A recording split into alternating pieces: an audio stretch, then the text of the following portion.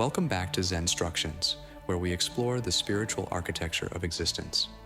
Today, we're diving deep into The Occult Anatomy of Man by Manly P. Hall, an exploration of how the human body isn't just flesh and bone, but a living symbol, a microcosm of the universe itself. We'll uncover how ancient wisdom sees the body as a temple, how our anatomy mirrors cosmic truths, and how these ideas connect to concepts like Kundalini. Let's get into it. Manly P. Hall suggests that the Old Testament isn't just a historical document, it's an anatomical textbook, coded with symbolic references to the human body. Think about it. Ancient priests were not just spiritual leaders, but anatomists of both the body and the soul. To them, understanding the human form was a path to understanding the universe, the functions of nature, the cosmos, even celestial mechanics, all were reflected within us. Consider this.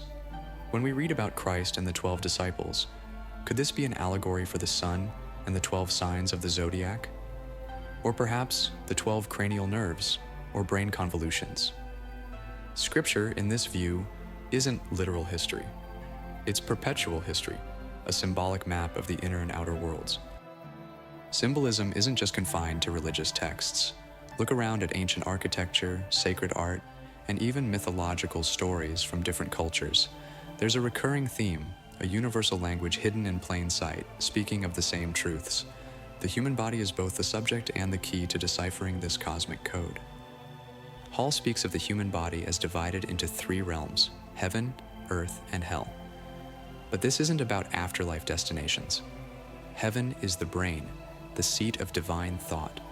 Earth is the heart, where emotion and human experience reside. And hell is not a place of torment, but the generative system, the raw creative force of life.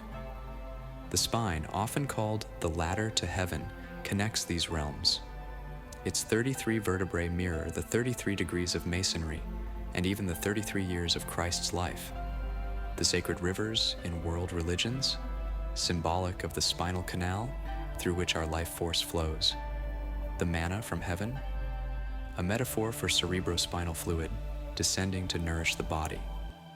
This triadic structure is echoed in many traditions: mind, body, spirit, birth, life, death, creation, preservation, destruction. These aren't just philosophical ideas. They are embodied in our very anatomy. Understanding this tripartite nature helps us align with the natural rhythms of existence, both within and without. Now, let's connect this to Kundalini. In Eastern traditions, the spine is the central channel for life energy, with Ida, Pingala, and Sushumna representing pathways for this force. Kundalini, depicted as a coiled serpent, resides at the base of the spine. Hall draws parallels between this and Western symbols like the Uraeus of Egypt or the brazen serpent of Moses. When Kundalini awakens, it travels up the spine, activating energy centers or chakras, bringing spiritual illumination. But this force is dual in nature. It can enlighten or consume, just like fire. Think of the spine as an antenna, a bridge between the earthly and the divine. Every ancient culture has its version of this symbolism, whether it's the caduceus of Hermes, the tree of life, or even the concept of the axis mundi, connecting heaven and earth. Our evolutionary journey is a process of raising this internal energy, awakening to higher states of consciousness. At the base of the spine, Hall places the infernal worlds, not as places of damnation, but as the raw, unrefined aspects of our being. This is where creation begins, the primal energy that, when refined, ascends back to the divine. Hall suggests that as humanity evolves, the generative power will shift from the reproductive organs to the larynx, creation through the spoken word. This aligns with mystical traditions that speak of the word as the origin of all things. Geometry, blood, even our breath, all are part of this sacred architecture.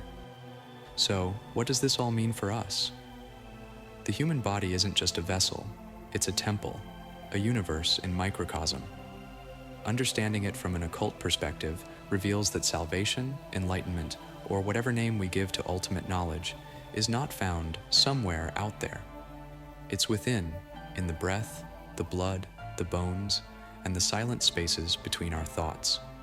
Whether through Kundalini, Masonic allegory, or biblical symbolism, the message is clear: know thyself, and you will know the universe.